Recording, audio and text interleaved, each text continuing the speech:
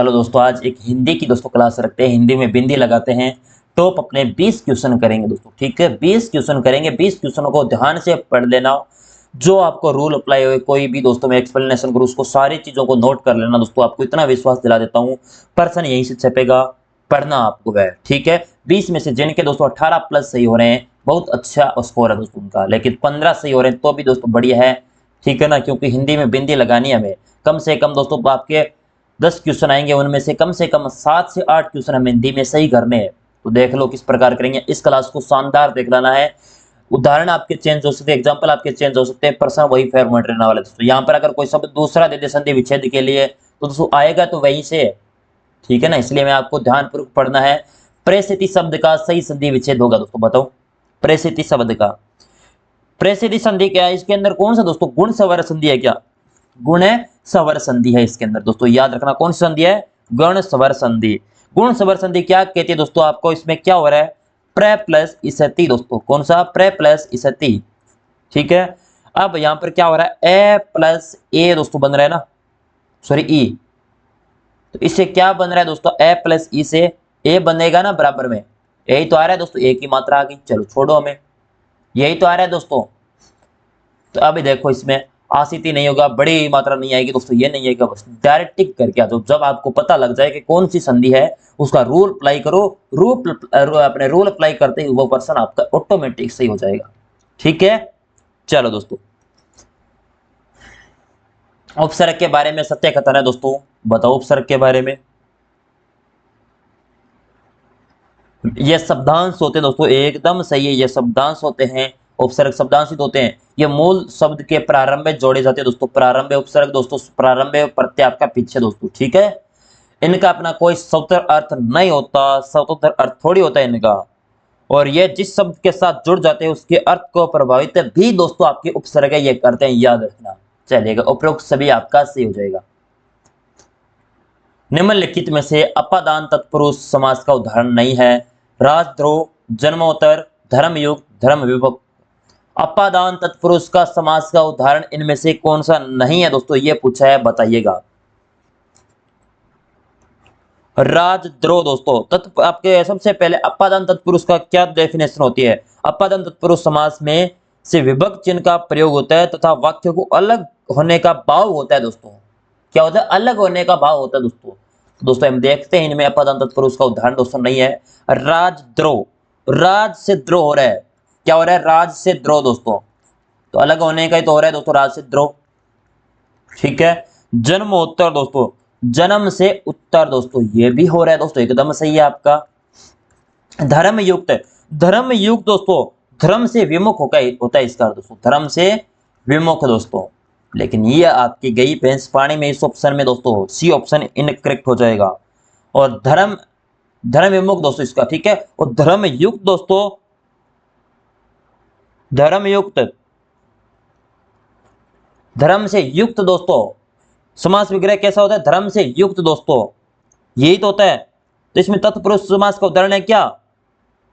तत्पुरुष समास का नहीं है ना। तो इसलिए दोस्तों आपका तत्पुरुष का तो है, लेकिन आपका अपादान तत्पुरुष का नहीं, अपादान का दोस्तों, धर्मयुक्त दोस्तों, ठीक है। अगला प्रश्न, व्योम का पर्यायवाची शब्द नहीं है। अंतरिक्ष, अंबर, पीयूष, नभ। व्योम का पर्यायवाची बताओ।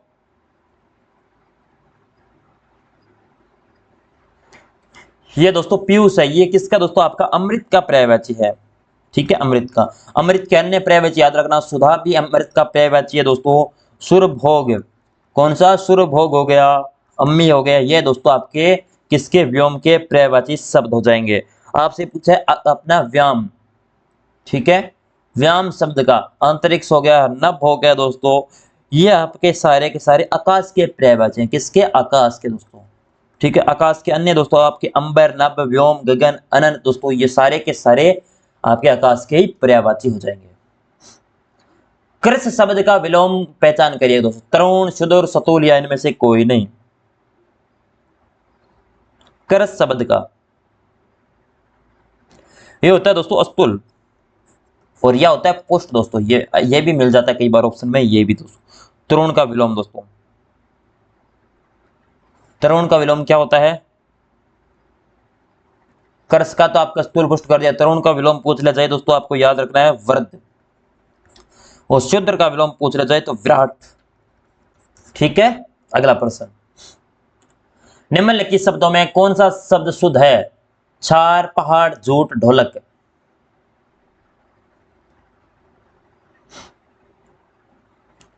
पहाड़, यह शब्द वर्तने से दोस्तों दृष्टि से शुभ आपका शुद्ध शब्द है और सारे के सारे अशुद्ध है। निम्नलिखित में से किस विकल्प में वचन संबंधी अशुद्धि है दोस्तों? बताओ, पढ़ो।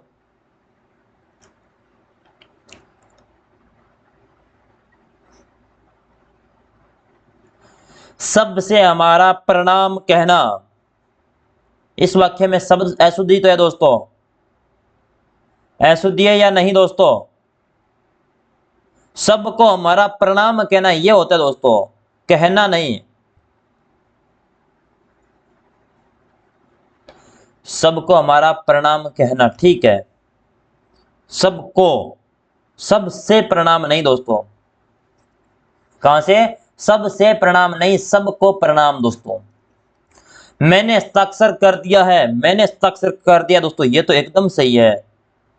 क्या सही नहीं है?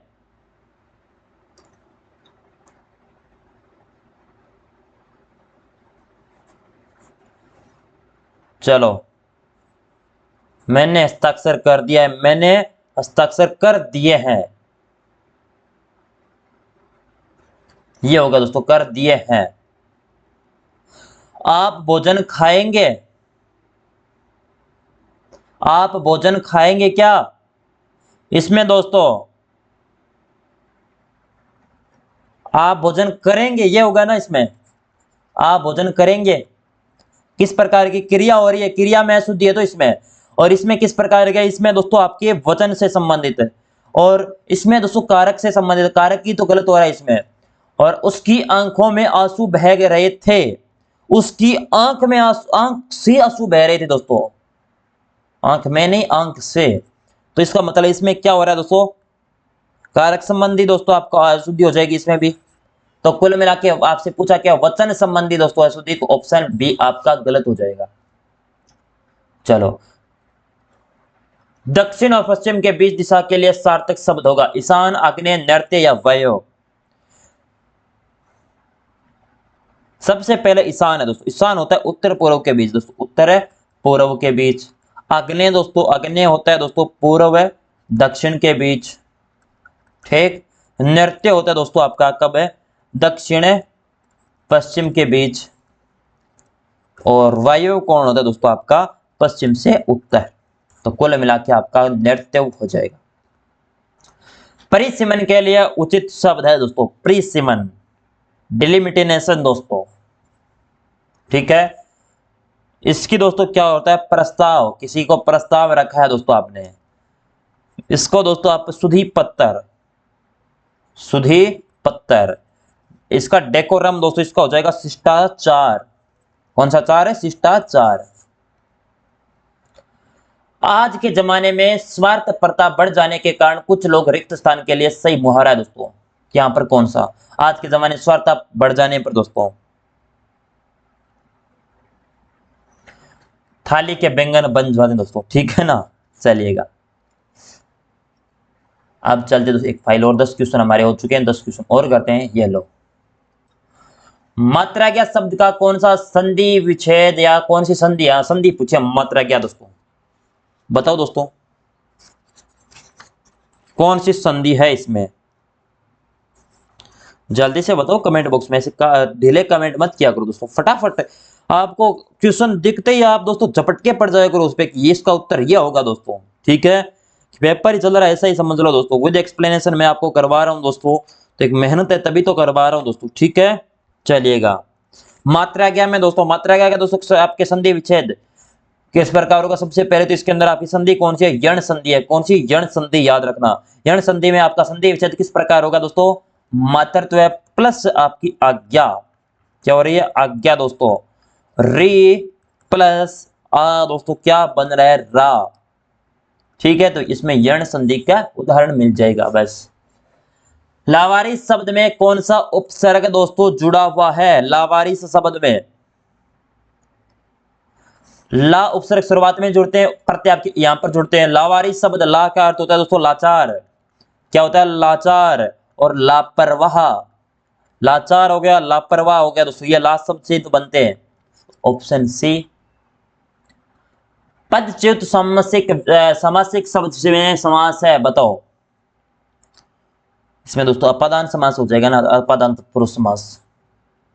आग का पर्यायवाची नहीं है। आग के पर्यायवाची दोस्तों आपको याद होने चाहिए, एक तो अनल हो गया, आग के पर्यायवाची अनल, पावक, करसानु, ठीक है, दहन, धूमकेतु। कौन से केतु? धूमकेतु। ये सारे के सारे आग के पर्यायवाची। इंपोर्टेंट बताएं, ज्यादा तो दोस्तों बहुत आग की पर्यायवाची। तो अबर नहीं है। अबर किसका सर? ये आकाश का पर्यायवाची है दोस्तों, थोड़ी देर पहले ही मैंने बताया था, याद करो दोस्तों प्रश्न को। अर्जुन शब्द का विलोम है प्रच्छन्न, व्ययन, अपकीर्ति, अभिसरण। अर्जुन शब्द का विलोम, अर्जुन शब्द का विलोम होता है व्ययन दोस्तों, ठीक है। प्रच्छन्न का विलोम होता है प्रकट दोस्तों। क्या होता है? प्रकट। अपकीर्ति का विलोम होता है दोस्तों कीर्ति। और अभिसरण का दोस्तों, अपकीर्ति कीर्ति, अभिसरण का दोस्तों पूछ लिया जाए आपसे दोस्तों अपसरण, ठीक है। निम्नलिखित में से अशुद्ध शब्द कौन सा है? ग्रसित, तस्त्री, त्योहार, तूफान। क्या पूछा है? अशुद्ध शब्द। ये ग्रसित है, इसका शब्द शुद्ध रूप होता है ग्रस्त दोस्तों, ठीक है। तस्त्री हो गया, त्योहार हो गया, तूफान, ये सब दोस्तों शुद्धि रूप से एकदम। निम्नलिखित में से किस वाक्य में चयन शब्द में चयन संबंधी अशुद्धि है दोस्तों, बताओ। ये साधुमाला भेज रहा है दोस्तों, ये आपका काम पर है। चयन संबंधी तो आपकी अशुद्धि हो रही है दोस्तों, क्योंकि जो आप, यह दोस्तों ए ऑप्शन।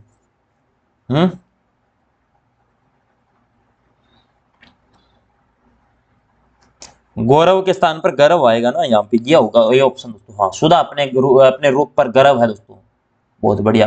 प्रतिविकार गोल है दोस्तों। ये अशुद्धि पूछा तो ये आप ये तीनों की तीनों शुद्ध हैं आपके। निम्नलिखित में से किस वाक्यांश के लिए किकर्तव्य में विमोढ़ शब्द का प्रयोग किया गया है दोस्तों? आपका की कर्तव्य विमोढ़ शब्द का प्रयोग दोस्तों ये हुआ है दोस्तों आपके किसके लिए? जो अपने काम के बारे में कुछ भी निश्चय न कर सकता हो उसके बारे में। प्रीम एफेसिया का अर्थ है प्रारंभिक, प्रायिकता, प्रथम दृष्टि में, अनुमान। प्रारंभिक,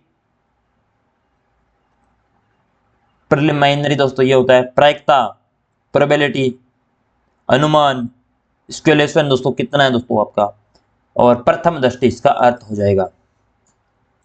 उड़ता तीर लेना मुहावरे का अर्थ है दोस्तों, उड़ता तीर लेना, आकाश मुसीबत मोल लेना दोस्तों, या आकाश ने आकार दोस्तों मुसीबत मोल लेना, उड़ता तीर यही तो होगा। चलो दोस्तों बताओ दोस्तों, आपके 20 में से जिनके 15 प्लस से हो रहे हैं दोस्तों, बहुत बढ़िया, आप अच्छे स्कोर में हो। चलो थैंक यू।